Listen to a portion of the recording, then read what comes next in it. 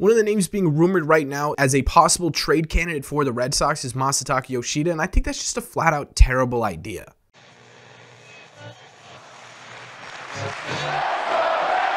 What is going on, everybody? Welcome back to Red Seat Radio. My name is Corbin, and honestly, welcome back to another edition of why is a team like the Boston Red Sox still worried about shedding payroll? This will be the third iteration here. We've talked about Kenley Jansen and the possibility of him getting traded, Trevor Story and the possibility of him getting traded, and now we need to talk about the possibility of Masataka Yoshida being traded from the Red Sox, which I personally think is an awful idea that makes very little sense. So we're going to do in today's video is talk about the latest surrounding the Masataka Yoshida trade rumors, where they are with that, what a likelihood of a trade will be, and we're also going to dissect why I think this is such a bad move for Boston. But before we get into that, do me a favor. Make sure you guys hit that subscribe button if you haven't already. If you're new here, we talk Red Sox content almost every single day. Also, make sure you guys hit the like button on this video as well. Helps these videos out a ton, and it would mean a lot to me.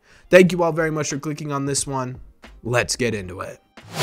Okay, so let's start by breaking down where these rumors, reports, news, whatever you want to call it, is on the Red Sox probability of trading Masataka Yoshida. Each one of these players that we talked about so far are basically in a different situation. Kenley Jansen, the Red Sox are actively shopping. It feels as though they are going to try and find a deal to get rid of Kenley Jansen and some of his salary. Trevor Story was never really confirmed by anyone official. There were some nameless Twitter accounts, there were some burners, stuff like that, that said that the Red Sox could be possibly shopping him, but that's all we got. However, Masataka Yoshida is in a category of his own because while the Red Sox aren't actively shopping Masa, they are listening to offers. Ken Rosenthal reported that while the Red Sox have gotten calls regarding Masa, they aren't actively shopping him. So why are we talking about this today? Well, it's because of the second half of this report, because in the second half of this, he says that the Red Sox are open to all ideas to try and build a better roster. This was then reinforced by Alex Spear, who tweeted out basically that it is confirmed that the Red Sox are listening to trade talks about Masataka Yoshida. Now, in my opinion, and realistically, there is a big difference between all three of these players. Masataka Yoshida is simply not in the same category as Kenley Jansen, where it feels like a foregone conclusion that at some point there's going to be a trade.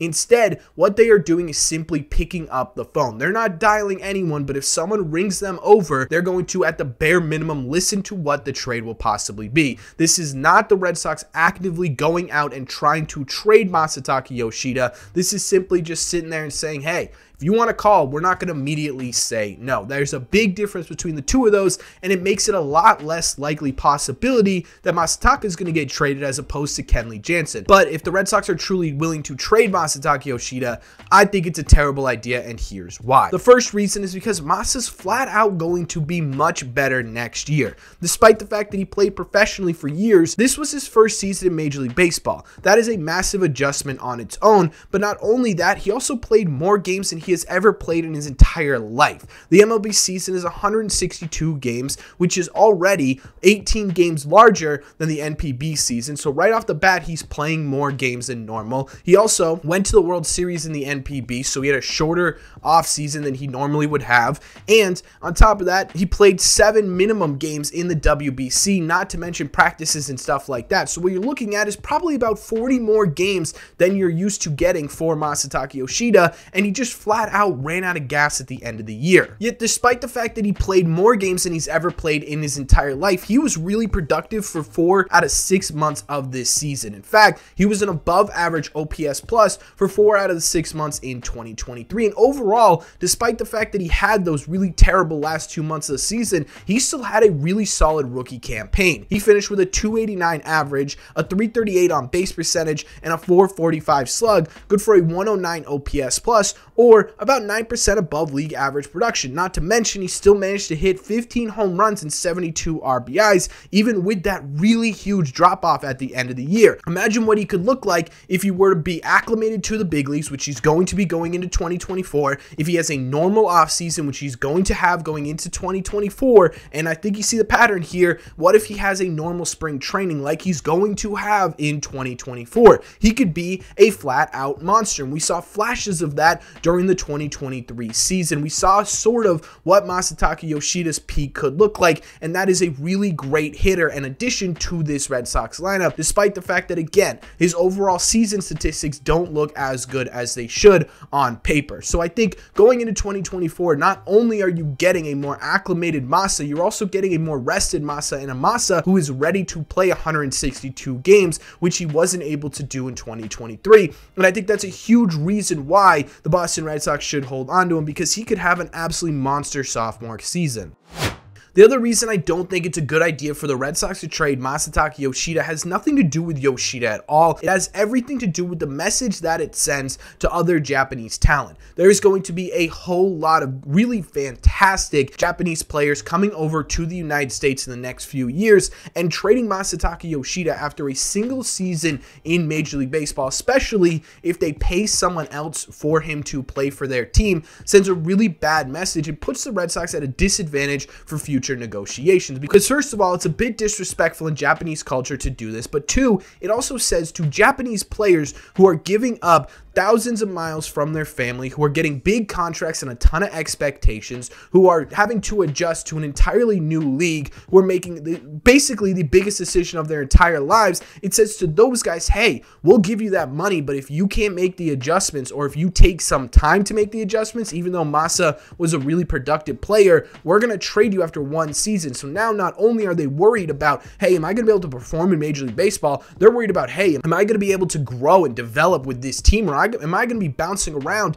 team to team for the entirety of my time here if I sign with the Red Sox, right? It's an immediate disadvantage. It's a bit disrespectful, and for the Red Sox, that's what puts you at a real disadvantage. There's going to be a ton of great talent coming over. Roki Sasaki, Murakami, right? You've got a ton of different guys who are coming over who could be most likely the most sought-after talent in the league as they make their way over. If the Red Sox are immediately putting themselves a foot behind, even more behind than they put themselves this offseason for these Japanese players, they're going to be in for a world of hurt over the next few years, and trading Masataka Yoshida does absolutely nothing to help that. In fact, it just makes that situation worse. I think in terms of what you're looking at here, when you're looking at Masataka Yoshida and why you should keep him, one, he's going to be much better than he was in 2023, and two, it's going to send the wrong message to these Japanese players that the Red Sox aren't willing to long-term commit for you, which is adding to the list of reasons why Japanese players wouldn't want to sign with Boston. And on top of that, to be totally honest with you, Masataka Yoshida right now isn't worth a whole lot on the open market. Yes, he still had a productive 2023 season, but combining the metrics that he fell off of at the end of the year with what the Red Sox are paying him, and the fact that he didn't have very good defensive metrics, he's not worth a whole lot right now. Maybe you get one or two high lottery pick type players where, hey, these guys could be really good, but more than likely they're not going to be able to compete at the major league level. If the Red Sox do want something of legitimate big value from Masataka Yoshida, they're going to have to pick up a pretty decent amount of his contract, and at that point, this is where I get super upset, because if you're going to pay Masa to play somewhere else, why not just pay him to play here? Is it really that big of a penny pinching system now where you need to make room for $6-7 million?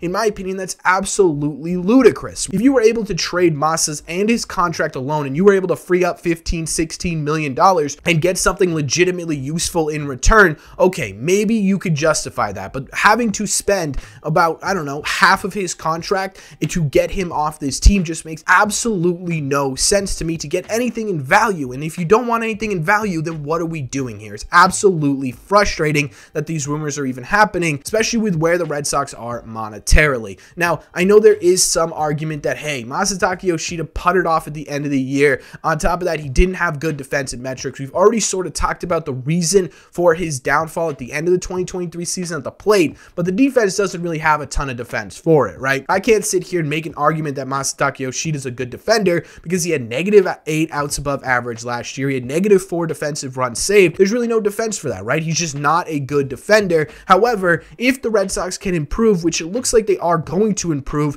in basically every other area on the team, it's possible that Masataka Yoshida could play left field without causing too much damage. A prime example example of this is Manny Ramirez, right? And obviously, Manny's value is much different than Masataka Yoshida's value, but just strictly talking defensively, Manny Ramirez in 2004 had negative 13 defensive runs saved. In 2007, he had negative 14, and those guys won World Series, right? And obviously, there are outside factors to that, but my point here is that it doesn't have to be Masataka Yoshida at DH. If you have one below average defender on the field, you are still a pretty good defensive team, especially if you have a good center fielder and a really solid left fielder, and Masa can play with the monster, right? Because if Masa can learn the monster, a lot of that negative defensive run saves type stuff gets dismissed a little bit because you have the ability to play stuff off the wall. So I don't think it's absolutely necessary for the Red Sox to have to stick Masataka Yoshida at DH. They just need to make sure that they are better all around in totality than they were last year, and they can do that without removing Masataka Yoshida. So in my opinion, I don't really think defense is enough reason to want to get rid of Masataka Yoshida. I just flat out don't think it's as important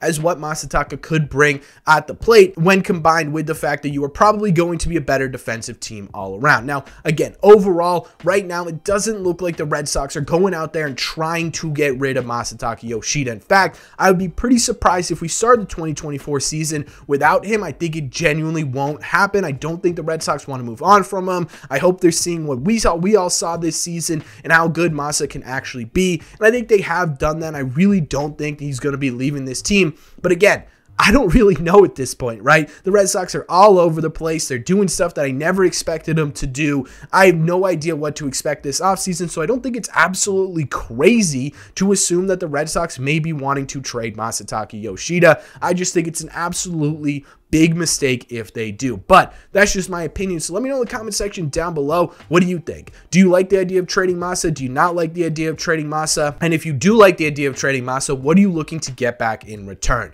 Let me know all your thoughts on the latest Red Sox trade rumors in the comment section down below. As always, if you made it to the end of this video, do me a favor. Make sure you guys have hit that subscribe button if you haven't already. If you're new here, we talk Red Sox content almost every single day. Also, make sure you guys have hit the like button on this video as well. Helps these videos out a ton, and it would mean a lot to me. Thank you all very much for clicking on this one, and I will see you in the red seats.